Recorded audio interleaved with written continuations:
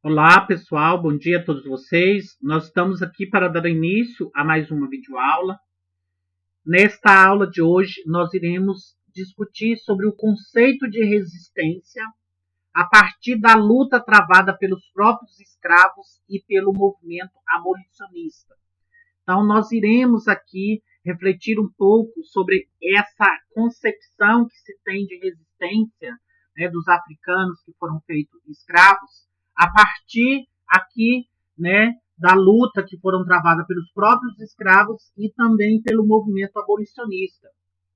Movimento esse que surge para acabar aí com a escravidão, né, abolir a escravidão do Brasil. Né? Então, naquele momento, havia vários adeptos, né, à libertação dos escravos, porque achavam que aquela condição era uma condição desumana. O estudo da história da escravidão africana nas Américas, ela vem sendo discutida sob diversas perspectivas temáticas ao longo dos últimos anos. Os pesquisadores, de acordo com seus questionamentos e referenciais, estimularam o debate dos pontos como a demografia e famílias escravas, economias da escravidão, revoltas cativas e quilombos, etnicidade, nação, abolição e transição para o trabalho livre, contribuindo para a compreensão do cativeiro em suas distintas formas de ocorrência. Neste espaço, nós iremos focar no ser escravo, nas suas formas de resistência e na importância do papel aqui dos abolicionistas na luta, né, pela libertação dos escravos. Então, começando aqui pelo ser escravo no século XIX. Quando se fala em escravidão no Brasil no século XIX, qual é a primeira imagem que ele vem à sua mente? Então, esse é o momento para a gente parar, refletir e pensar, né, qual é a concepção de escravidão que lhe vem na nossa mente, né, quando a gente fala de ser escravo no Brasil no século XIX. Tanto o Debré quanto o Gendas, ele tentou retratar isso em suas obras, né? Inclusive, nós fizemos uma aula só sobre a leitura e a interpretação, né, dos quadros, né, pintados pelo Debré e o Rugenda. Geralmente, as primeiras referências que nos ocorrem são os castigos e as duras atividades diárias, tentando responder, né, a imagem que vem na nossa cabeça do ser escravo no século XIX são as constantes torturas e as horas intermináveis de trabalho aqui, né, exaustivos. Então, essa seria a primeira imagem que vem na nossa cabeça ao pensar no ser escravo no século XIX. Entretanto, gente, ser escravo no Brasil não foi uma experiência. Inclusive, né, essa palavra ser escravo é título de um importante livro sobre a escravidão negra brasileira, escrito pela a historiadora Kátia M. de Queiroz Matoso. Nesse livro, né, ela retrata, né, aí o ser escravo, né, aí no Brasil. Não foi uma experiência homogênea. Perceber a heterogeneidade de sua existência é um caminho para compreender as diversas possibilidades de resistência à escravidão. Então, é possível perceber aqui as diversas formas de resistência, né, aqui feita pelos escravos africanos, né, durante esse período, né, em que eles foram colocados em cativeiros, né, nesse período colonial aí do Brasil. Nos estabelecimentos agrícolas, nas regiões rurais e nas áreas urbanas, a escravidão no Brasil do século XIX era mais comum e cotidiana do que se imaginava. Então, a escravidão, tanto na zona rural quanto na cidade, era uma situação tão comum e corriqueira, né, presente aqui na vida cotidiana do brasileiro. Estudaremos, então, agora a seguir características da escravidão, né, infelizmente tão comum aqui, né, no Brasil do século XIX. Os escravos rurais eram a maioria dos cativos, Eles habitavam em senzalas, utilizados principalmente na economia canavieira e na economia cafeeira. Na canavieira no Nordeste e na canavieira cafeeira, né? Na canavieira no Nordeste e na cafeeira no Sudeste, né? Era utilizados aqui, né, para alimentar ainda mais a economia do Brasil no século XIX. A maioria trabalhava em todo o processo da produção, desde o plantio até a colheita e a produção aqui, né, tanto do açúcar quanto da colheita do café. No caso específico do açúcar, poderia ser encontrados na lavoura, passando pela produção do açúcar no engenho, na casa da moenda, nas caldeiras e na casa de purgar. Então, o escravo africano, né, ele trabalhava em todo o processo de produção aqui do açúcar.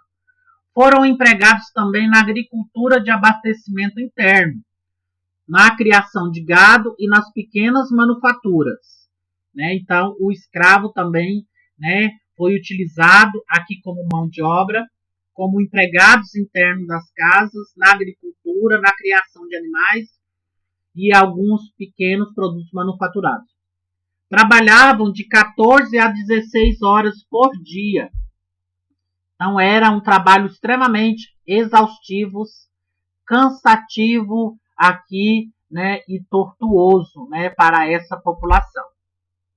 Já os escravos urbanos, né, falei um pouquinho da realidade dos escravos do campo. Agora eu vou falar um pouquinho dos escravos das cidades, dos centros urbanos. Eles tinham empregos diversificados, por isso alguns possuíam liberdade de locomoção.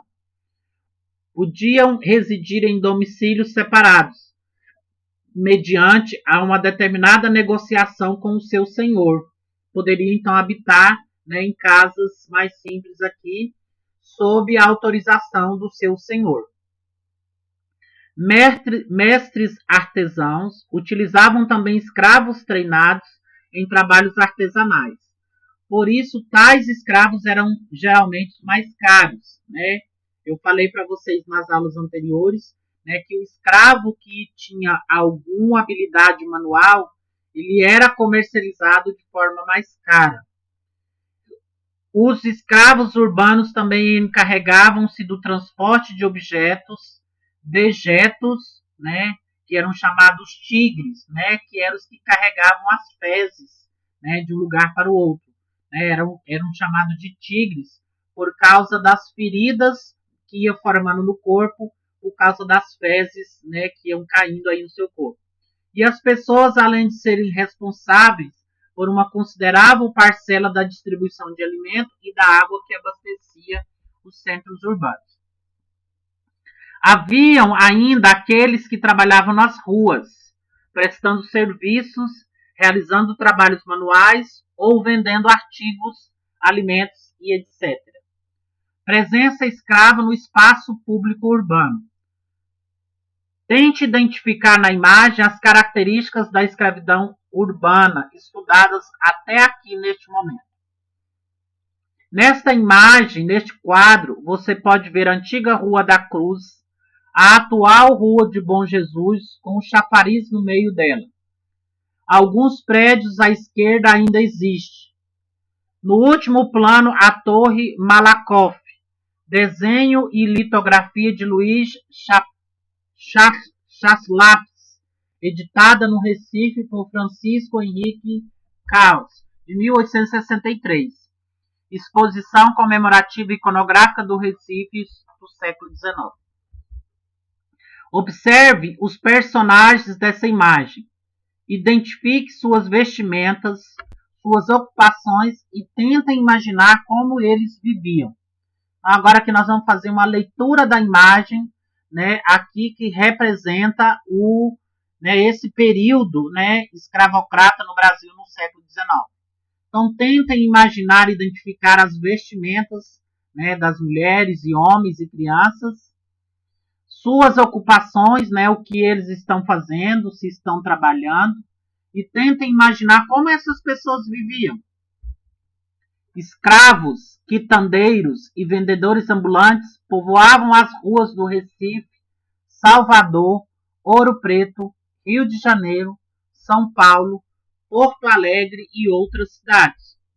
Estes escravos que percorriam as ruas atrás de ocupação eram chamados de escravos de ganho. Eles entregavam uma renda fixa combinada informalmente por dia para seu proprietário e o restante usava para se manter ou guardavam para a compra da alforria, que era a sua liberdade. Alforriar é tornar-se livre. Mas não era tarefa fácil pagar a diário do senhor e também poupar. Então tudo que eles ganhavam, eles tinham que repartir aí com o seu proprietário. E eles guardavam uma pequena parcela para comprar aí a sua liberdade, né, a sua alforria. Aqui é possível vocês verem alguma dessas atividades, né? Esse tipo de atividade exigia liberdade de circulação e uma permanência demorada nas ruas.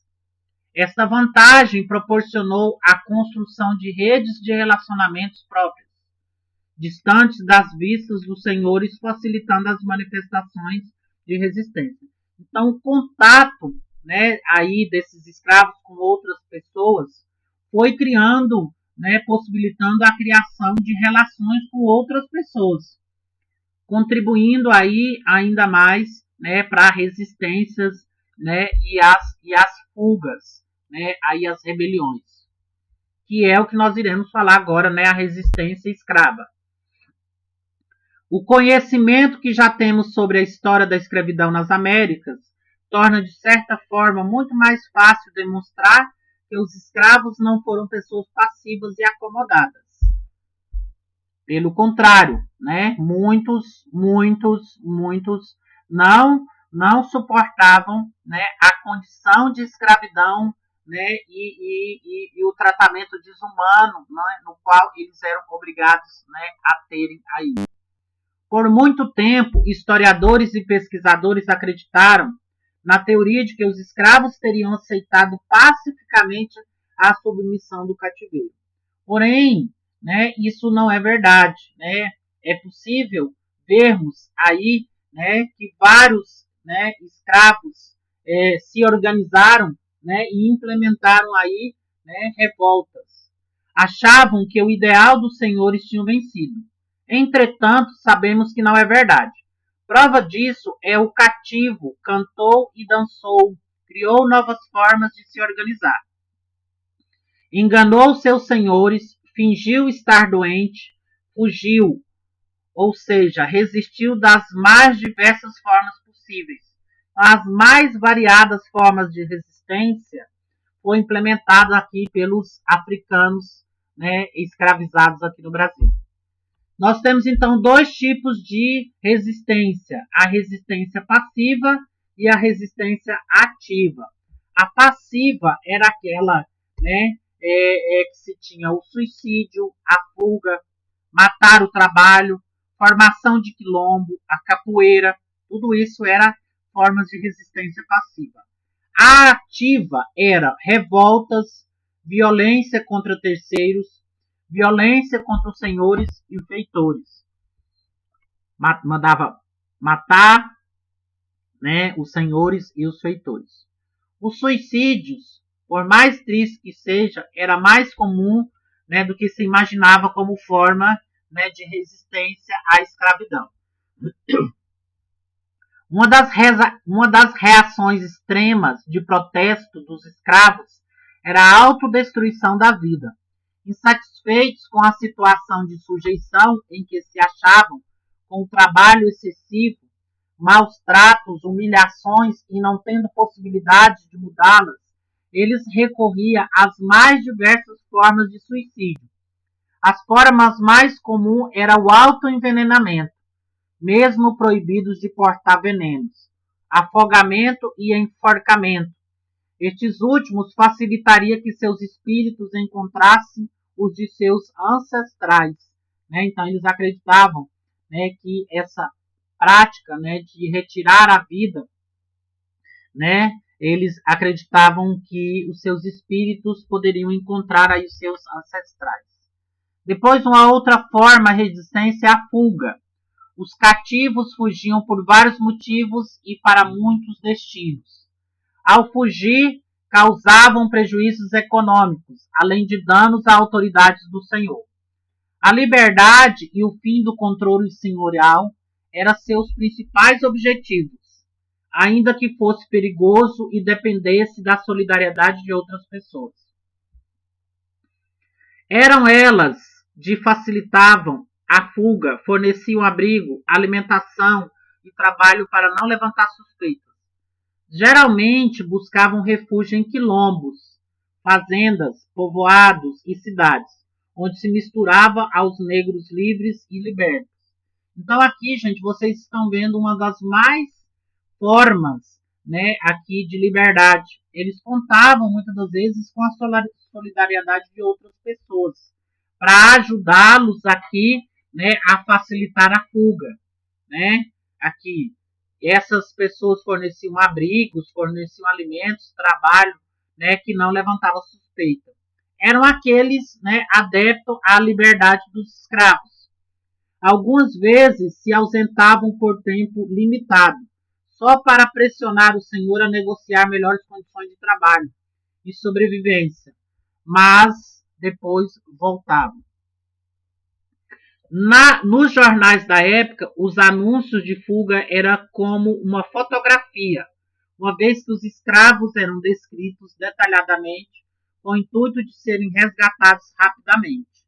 Mas na direita aqui vocês estão vendo, né, um trecho do jornal de Pernambuco, né, de alguém que está procurando uma escrava fugida. Aí ele vai dizer então todas as características dela.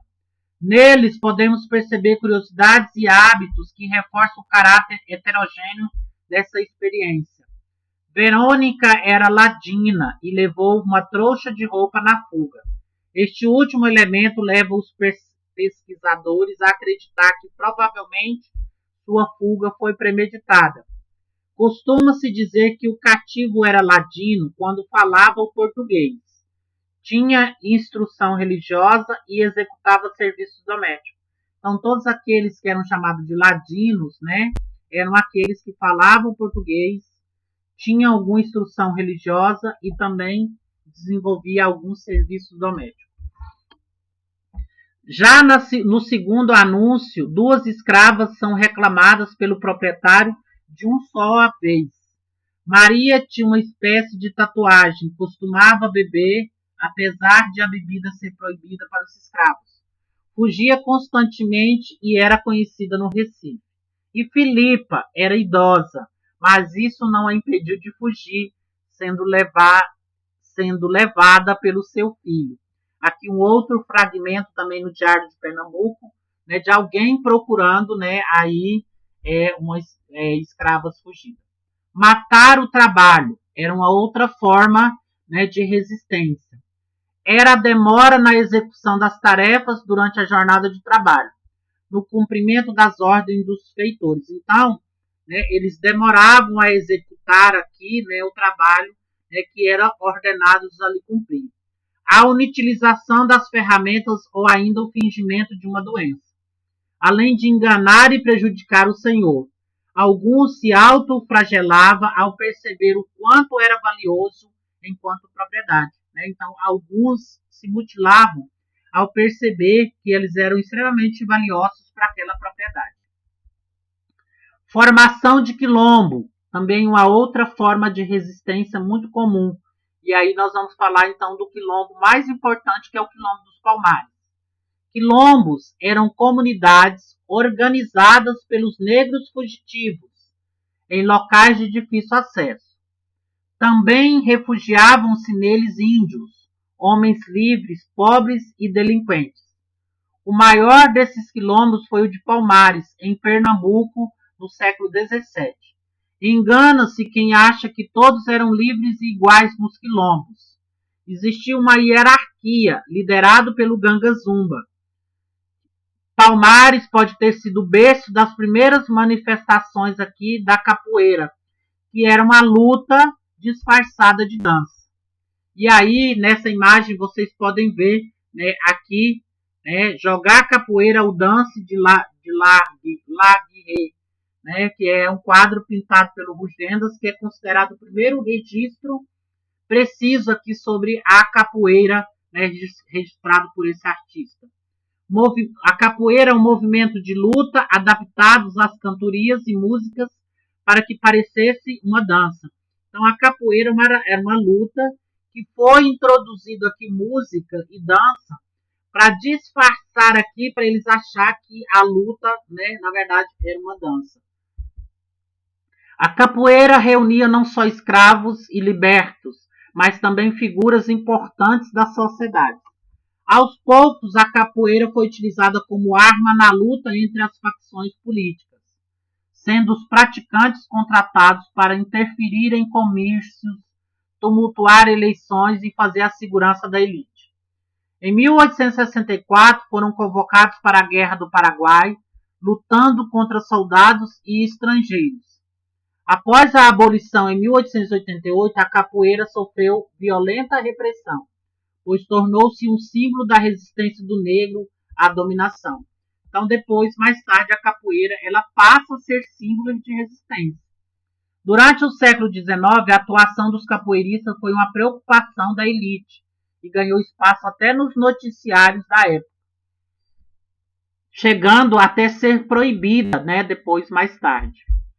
As revoltas, também forma de resistência muito comum aqui, né, implementados pelos escravos.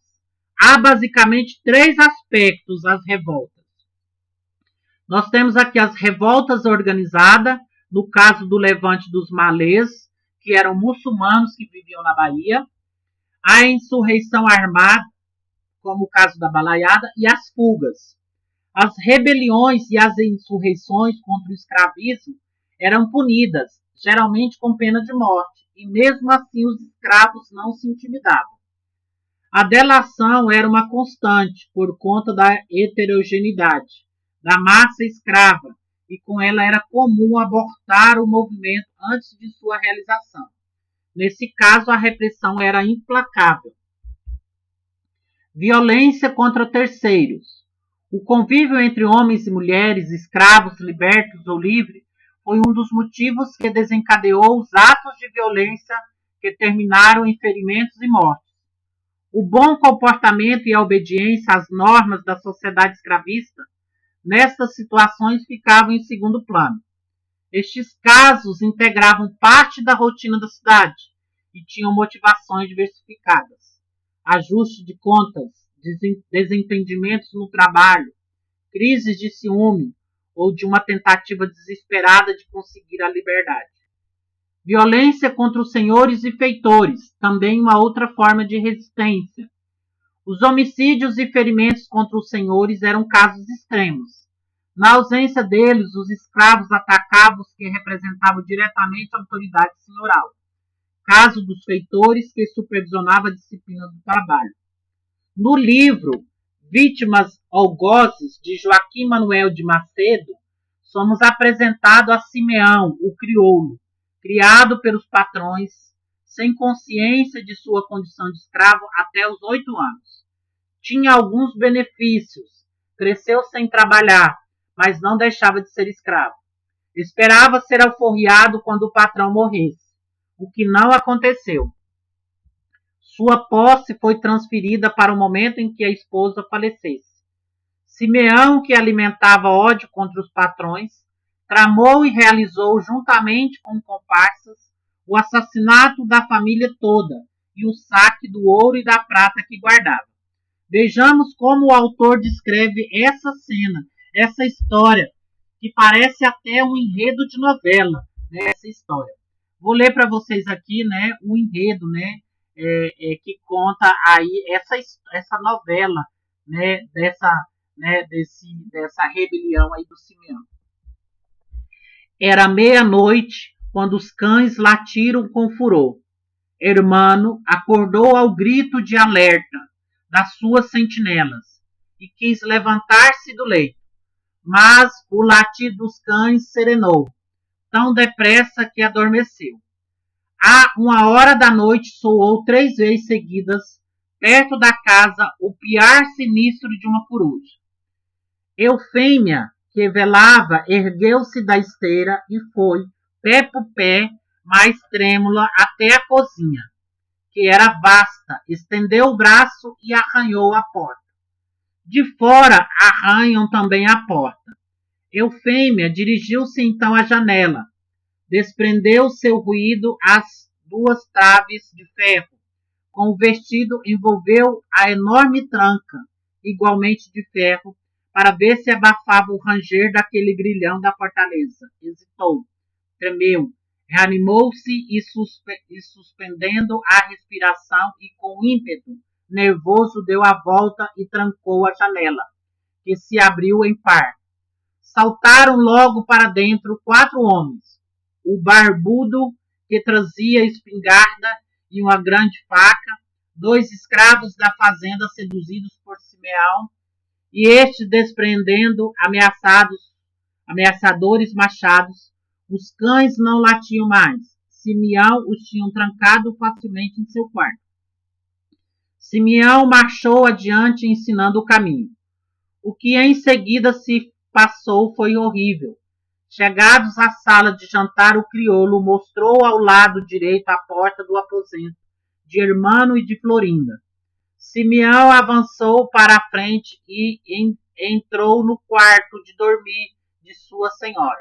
Angélica dormia profundamente e diante dela, em uma esteira, ressonava a sua escrava intimada, a mãe de Eufêmia. Simeão aproximou-se do leito e, sem compaixão da fraqueza, sem lembrança dos benefícios, levantou o machado e descarregou sobre a cabeça de Angélica, que morreu sem expirar. O machado partira pelo meio a cabeça da protetora e segunda mãe do assassino. Mas, ao ruído do golpe, a velha escrava, despertando assombrada e vendo a cena atroz, soltou um grito pavoroso. Hermano despertava ao estrépito, percebera luz, alfinhara perigo e, saltando da cama, tomara um revólver e com tanta rapidez se levantou fora do quarto, que escapou aos golpes desfechados pelos lados que o esperava à porta. Mas o barbudo se atirou sobre o mancebo e a luta começou. Luta desigual de 1 contra 4. Florinda apareceu em desalinho e ilulante e caiu de joelhos a pedir vida do marido. Simeão a viu nesse desalinho e correu para ela, agarrou e, ultrapassando todos os furores do crime, injuriou-a com o contato de suas mãos devassas e de seus lábios torpes, aos gritos de Florinda e à enormidade do insulto. Hermano, já esfaqueado e banhado em sangue, em um arrojo de desesperação, sublime e incrível, com a raiva a lampejar-lhe nos olhos. Hércules, de um momento, escapou-se aos braços dos 3 malvados. A um atirou por terra, a outro arrancou a faca, e de um salto foi cravá-lo em Simeão, que lhe ultrajava a esposa.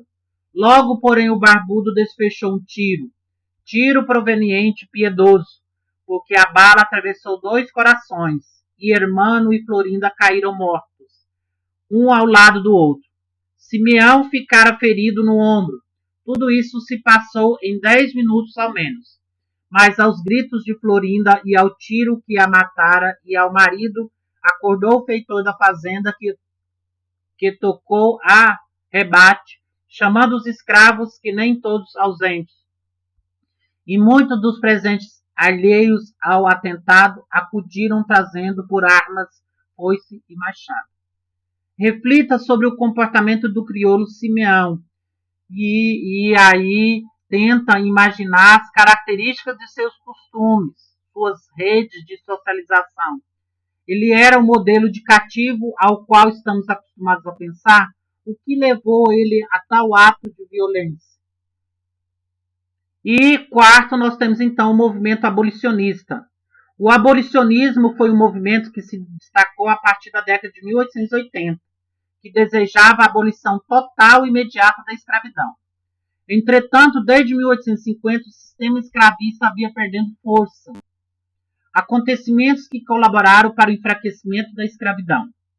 A abolição do tráfico negreiro por meio da Lei Eusébio de Queiroz, de 1850, gerou problemas na manutenção da mão de obra vindo da África. A Guerra do Paraguai, em que milhares de escravos foram libertados para combater no lugar de seus proprietários. A Guerra Civil Americana, que terminou com a vitória dos nortistas favoráveis ao fim da escravatura, e o fim da escravidão nos impérios francês e português. O movimento abolicionista era composto por integrantes de várias classes sociais, inclusive das elites políticas, por intelectuais brancos, por segmentos do exército, pelas classes médias urbanas que começavam a ter significado na sociedade brasileira e por estudantes universitários. Então, o movimento abolicionista era feito, era composto por várias pessoas de várias classes sociais, de vários grupos sociais. Foram criados clubes de emancipação, uma espécie de organização secreta para minar bases econômicas do escravismo, roubando escravos. O mais antigo deles era o Clube do Cupim, com sede em Recife, que lutou aí pela libertação dos escravos. Merecem destaque aí, então, essas figuras importantes, né? O teatrólogo Arthur Azevedo, o engenheiro negro André de Rebouças, o poeta Castro Alves, o jornalista mestiço José do Patrocínio e o jornalista negro Luiz Gama. Esses foram, então, alguns dos importantes abolicionistas aqui, né, que lutou em favor da libertação dos escravos.